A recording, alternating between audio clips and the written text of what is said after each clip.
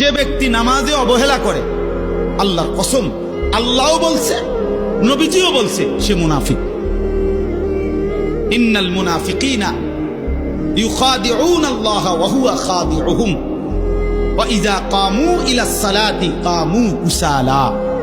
কোরআন শরীফে আল্লাহ মুনাফিকের এক নম্বর পরিচয় বলছে, মুনাফিক সে যে নামাজ পড়ে অলস ভাবে।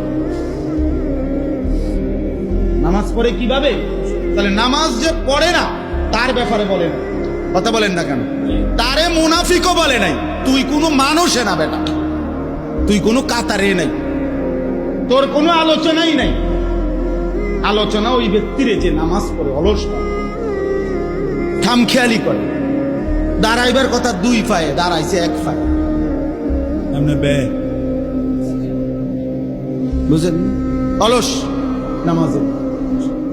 রাসূলুল্লাহ সাল্লাল্লাহু আলাইহি সাল্লাম বলছেন, তিলকা সালাতুল মুনাফিক, ওই নামাজ মুনাফিকের নামাজ।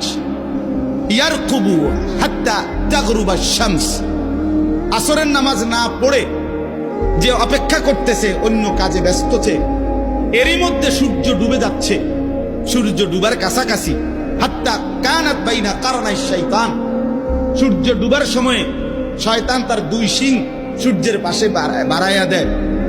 আল্লাহ নবী সাল্লাল্লাহু আলাইহি সাল্লাম বলেন, কামা ফানাক্কারা আরবাআন, সূর্য ডুবে যায় এই সময় ওই আসরের নামাজের জন্য দাঁড়াইয়া 4 রাকাতে যেন 4টা ঠুক্কর মারছে।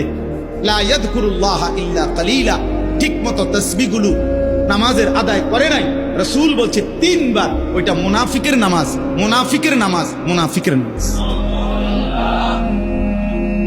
মুনাফিকের নামাজ।